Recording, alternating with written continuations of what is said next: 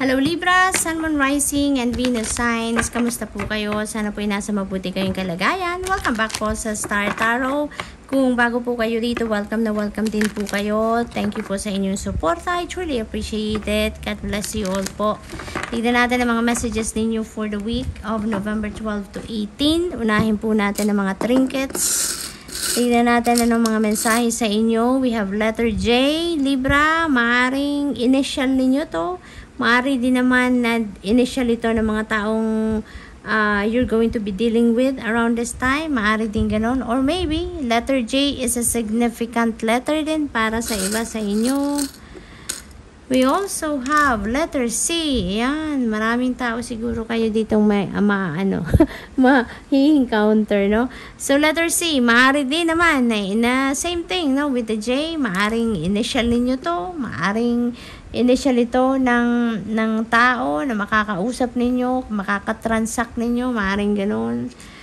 We have tortoise, ayan. Slowly but surely, you are getting ahead dito. So, hindi kayo nagmamadali ngayon. Chillin lang kayo, Libra. So, kung ano man ang mga ginagawa ninyo or gagawin ninyo sa ngayon, no, chillin lang kayo. No, kalma lang. Ganon ang ganap ni Libra. Kalma-kalma lang sa ngayon. Makakarating din kayo sa patutunguhan ninyo, di ba? Kahit hindi kayo magmadali. We have number 49, Angel of Love. Napakaganda nito. Kasi parang nag-heal na kayo dito, Libra. Maaaring nagagaling ang iba sa inyo dito sa isang sitwasyon wherein siguro may separation, may nagkahiwalay dito, nag-move on na kayo, nakapag-heal na kayo. At ngayon, ano na kayo, feeling ninyo siguro buo na kayong muli. Kaya ngayon, parang mas na-realize ninyo ngayon na before you love someone, before kayo magbukas ng puso ninyo para sa iba, yung sarili nyo muna dito ang kailangan ninyong mahalin or mas magpo-focus kayo ngayon sa self-love. No? Maaring yan din ang realization ninyo dito sa sitwasyon na pinanggagalingan ninyo. Kaya ano muna kayo ngayon, ang focus ninyo is self-love. Yan ang napipick up ko dyan. We have 53, Magician and the Mirror. Napaka-maganda, no? Kasi ano to, parang binibigyan kayo ngayon ng extra spiritual power ng divine universe. You're the magician, you're the alchemist sa ngayon. Kung anong hawakan ninyo ngayon, you can turn it to gold. Kumbaga, kahit magsisimula kayo sa scratch, magagawa ninyong pagtagumpayan yan, makakabuo kayo ng isang magandang produkto, no? Kumbaga, kaya napaka-powerful ninyo ngayon, Libra. Binibigyan kayo ngayon ng kapangyarihan to manifest what you really want to manifest in life. Kung ano yung gusto ninyong makita sa inyong 3D reality, binibigyan na kayo ngayon ng pagkakataon na simulan nyo nang gawin ng kung ano ang practical steps na kailangan ninyong gawin ng sa gayon makarating kayo doon sa sitwasyon wherein makikita nyo sa 3D reality ninyo yung sitwasyon na gusto ninyong ma-experience, gusto ninyong makita. So, we have number 29, the World Energy. Napakaganda rin. Daming opportunities na maaaring lalapit sa inyo sa ngayon. Ano? Maaaring kung ano ang gagawin ninyo dito, no, sa Magician Energy. Kung ano yung sisimulan ninyo, kung ano yung goal ninyo dito, kung ano yung ini-envision ninyo for yourself. Parang pinapadalhan na agad kayo dito ng Divine Universe ng mga opportunities and possibilities to support you sa kung ano man ang gagawin nyo dito. Diba? So, parang pinapadalhan na kayo dito ng mga katulong, no? Maaring mga tao yan, resources, kung anong kailangan ninyo nang sa gayon ma-manifest ninyo kung ano man yung gusto ninyong ma-manifest sa buhay ninyo. So, maaring yung opportunities na to, no? Nandyan na, nakahanda na. Kaya naman sinasabi na sa inyo dito na simulan mo na, mag-take action ka na. Ngayon na, dahil naghihintay na mga opportunities na binibigay sa iyo para suportahan ka sa kung ano man ang goal nyo dito. No? So, napakaganda. For others of you, Libra, travel ito. Maaring meron kayong napipintong pagta-travel, may nakaschedule na. Maaari din naman na travel plans pa lang ang binubuo ng iba sa inyo dito. Maaari din gano'n, no? Maaring ang gagawin ninyo dito is internet-based din, no? Maaring ganon. Maaari din naman na magta-travel ang iba sa inyo dito patungong ibang bansa for a job opportunity. Maaari din ganon ang sitwasyon ng iba sa inyo dyan. Enlightenment, ayan. So, may mga gabay, no, ang nabinibigay sa inyo dito ang Divine Universe. Maaring related yan dito sa mga ganap sa buhay ninyo na mga bagong opportunities. Siguro binibigyan kayo dyan ng gabay kung alin yung dapat ninyong unahin, kung ano ang dapat ninyong gawin, yung mga ganon, ano yung ipaprioritize ninyo dyan.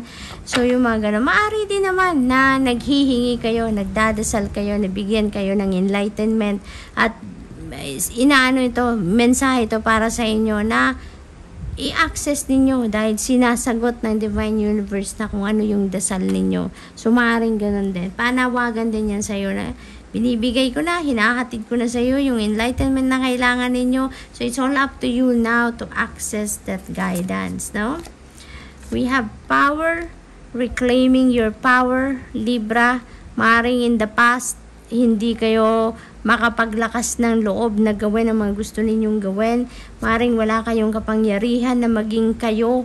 Makapagdesisyon kayo para sa sarili ninyo, magawa ninyo mga gusto ninyong gawin. Maring ganun ang ganap. Restricted kayo ng sitwasyon or ng tao siguro. Pero ngayon, maglalakas loob kayo na bawiin nyo na ang kapangyarihan ninyo over yourself. No? So, yun ang ganap dito. Meron ditong maaring ang enlightenment na to, ito yun ang magpupush sa inyo para gawin mo na ngayon ang nararapat mong gawin. Mag-take action ka na ngayon, bawiin mo na yung kapangyarihan mo over yourself at mag-ano ka na ngayon, mag-spread your wings and then fly high na ngayon dahil parang you're going to liberate yourself na from this restriction sa ngayon, no? Yung magician na to, so maaaring ito yung uunahin ninyong gawin. Maaaring ito yung pinaka priority ninyo ngayon, no? Yung makawala muna kayo sa restriction ng ibang tao or ng sitwasyon. So, what else for... tignan natin. Teka muna, Libra. Pinipigilan ako ng guides ko dito. We have number 11. We have number 11 din dito. Kasi 29 is also 11. 9 plus 2 is 11. This is 11. So, meron tayong angel number 1111. Diba? So, make a wish. Diba? Sabi, pag nakarinig tayo, pag nakabasa tayo ng 1111, make a wish. Ayun. So, tigil muna. Mag-wish ka muna. I-pause mo ang video. Yung ganon. And also, please make time, no? Na i-google po ninyo, no? Yung 1111, angel number 1111. Merong importanteng mensahe yan para sa inyong spirit dito. And also, master number 11, no? Master number 11, paki-google din po yan. That is a highly spiritual number, very powerful number. Mga extra mga extra inspiration, insights, guidance yan para sa inyo. Mababasa ninyo yan. We also have freedom. Tignan mo nga naman, Libra. So talagang excited ang iba sa inyo dito na maging malaya kayo from this restrictive energy, no? Meron tayong reclaiming of your personal power, merong freedom, lilipad na talaga kayo. Tignan mo, bukang-buka ang ng eagle, no?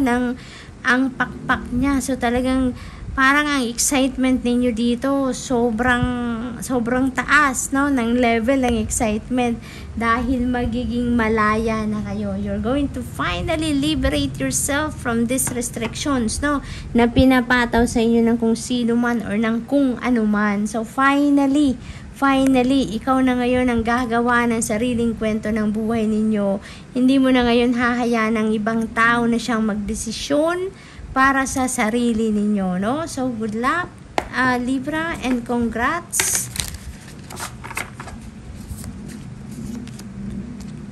We have Ace of Cups. Magiging masaya ka talaga dito. Joyful kayo. Overflowing of joy ang mararamdaman ninyo dito, Libra. Maaring dahil yan dyan sa pagiging malaya ninyo, sa pag-reclaim ninyo ng inyong power, no? Maaring ganon. And Ace is number 1. This is a new beginning energy. Kaya maraming maraming bagong ganap dito sa buhay ninyo. Marami kayong papasuking bagong sitwasyon dito sa buhay ninyo na magpapasaya sa inyo, So finally, no, makakaramdam kayo dito ng overflowing of joy dahil overflowing din ng blessings na ipapadala sa inyo ng Divine Universe. Ang Ace of Cups is an energy of overflowing of divine blessings. Kaya maraming biyaya, no, ang ipapadala sa inyo dito ng Divine Universe. Kung ano yung kailangan ninyo, yun ang maaring ipadala sa inyo around this time. Kaya maaring maraming pagbabago, maraming fresh start sa iba't ibang parte siguro ng buhay ninyo dito ang maaring mangyari, no? This is also maaring bagong relationship din yan, no? Love relationship, love and romantic relationship, maaring merong ganyan, kasalan, engagement, maaring ganun din ang ganap dyan, kung nasa established relationship na kayo, maaring meron ditong bagong level, no, ng inyong pagsasama ang maaring mangyari din, maaring ganun din ang ganap. Maaari din naman na na mga financial opportunities din ang dumating, maaring ganun din ang ganap dito for you. Pero kung ano man ang parating sa inyong biyaya, sobra-sobra yan, no? Sobra-sobra ang ipaparating sa inyo or ipapahatid sa inyo ng Divine Universe dito. Overflowing talaga yan, na biyayang yan para sa inyo. So that you can also help other people, no, na nasa paligid ninyo. Hindi lang para sa inyo ang biyayang yan, but you are also given the opportunity to share your blessings with other people. 9 of Wands. Ayan, so keep persevering, no? Keep persevering, wag kayong sumuko. Kung ano man ang ginawa na ninyo, kung ano man na yung endeavor ninyo dito, mahirap man, nahihirapan man kayo sa ngayon, wag kayong sumuko, no? Malayo na ang narating ninyo, marami nang ininvest kayo dito na pagod, resources, oras, effort, wag ninyong i-give up, magpahinga lang. Kung pagod na kayo, magpahinga kayo, step back a little, magpahinga and get back to it. Kasi 9 of Wands na tayo, Libra.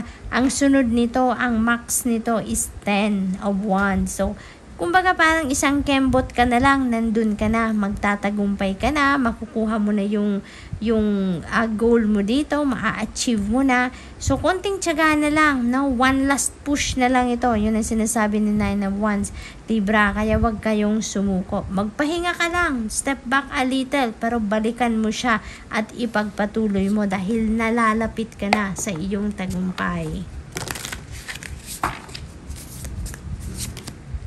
6 of Pentacles, napakaganda. Tulong, blessing din ito, no? Kung ano man yung pangangailangan nyo talaga dito, ibibigay sa inyo. Whatever you need, that will be met sa ngayon. So, talagang merong generosity energy din dito, no? Yung generosity energy, sorry, nabubulol lang. Yung generosity energy naman, 'di ba, is a cycle, Libra. Sometimes tayo yung nagbibigay, tayo yung tumutulong, no? Sometimes naman tayo naman yung nagre-receive. Tayo naman yung kailangan ng tulong, tayo naman yung kailangan humingi ng suporta sa ibang tao. So, pero parang ngayon, kayo yung receiver, no? Napipick up ko sa energy na to. Kayo yung nasa receiving end sa sitwasyon na ito ninyo sa ngayon. Kaya maaring kayo yung nangangailangan ng tulong. Maaring kayo nangangailangan ng suporta dito, no? Maaring kailangan ninyo dito ng hindi pera, pero maaaring emotional support siguro. Kasi dito sa 9 of Wands, parang pagod na kayo, parang gusto nyo nang gumeba, parang nahihirapan na kayo. So, maaaring kailangan ninyo dito ng support, magpapalakas ng inyong loob, maaaring kailangan ninyo dito ng encouraging words from other people. So, maaaring yun ang dadating sa inyo, no? Depende sa inyong sitwasyon kasi siguro maaari din ang iba sa inyo kailangan pera, no? Kung ano man ang kailangan ninyo dito, yun ang makukuha ninyo. Dadating kung ano ang kailangan ninyo dito, no? So, yun ang ganap dito kay 6 of Pentacles. So, Libra, good luck, and that's all I have for you for the week. I hope nakatulong ang mga mensaheng ito in some way. Thank you for watching. Love and light. Namaste.